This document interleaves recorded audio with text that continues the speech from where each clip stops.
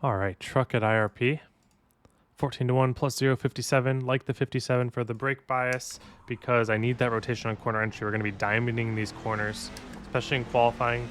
Don't think you need a diamond for the race. You could just roll the seam, but I like diamonding for qualifying. Usually, if it's available, it's usually faster at these round ovals or even oval type tracks. Having a hard time not hitting the wall off of 4, so we will not do that.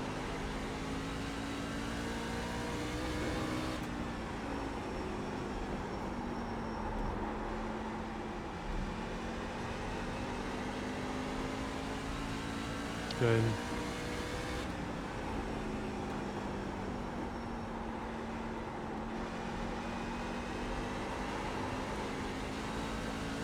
Man, that's loose.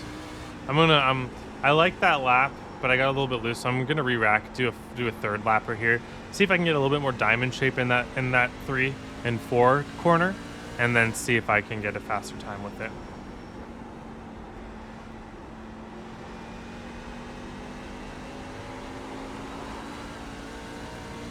Well, I'm not gonna have much rear grip now.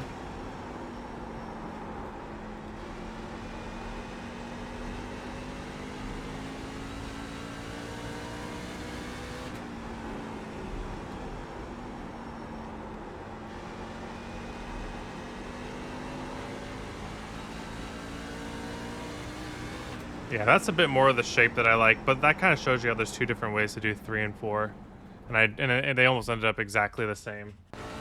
I think that the first way, it's a little bit more consistent, but also might be a little bit slower. But let's just go over that lap. All right. So yeah, diamond here. And then going into turn 1, about 30% brake, and then drag it, let the car slide up a bit.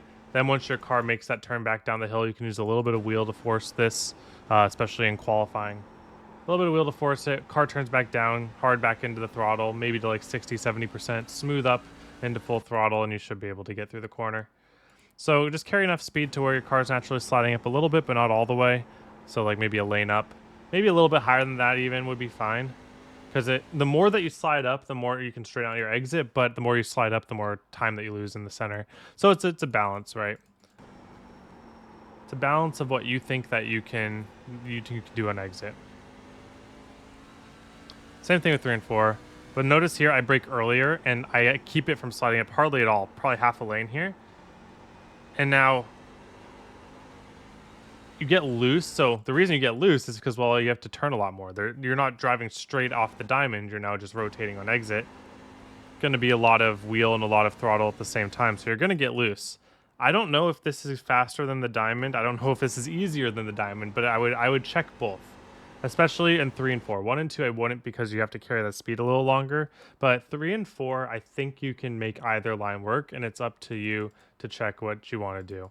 Just know that you're going to get loose on 3 and 4 if you are not diamonding it, because you're having more wheel inputted.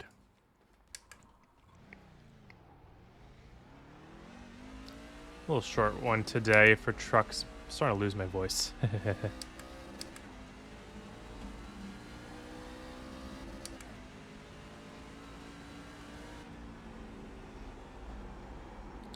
So for the race itself, you probably, it's about what type of tire you want to manage. If you want to manage your right front tire, then you do this, the line where you just roll along the seam here.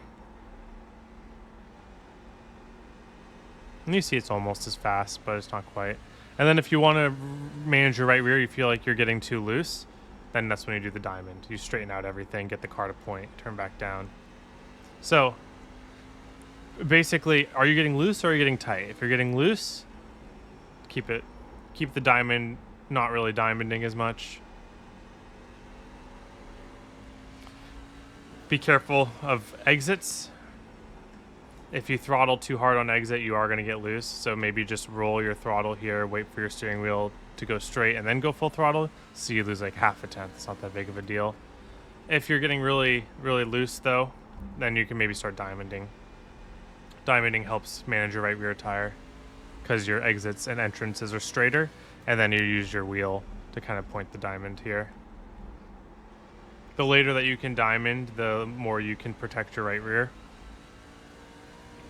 And I swear that this line was good, where you turn up and then go all the way down the track here. I guess it's not good at IRP. I must be conflating it with New Hampshire, because I think the banking difference is just too big here for this turn all the way down the track line to work.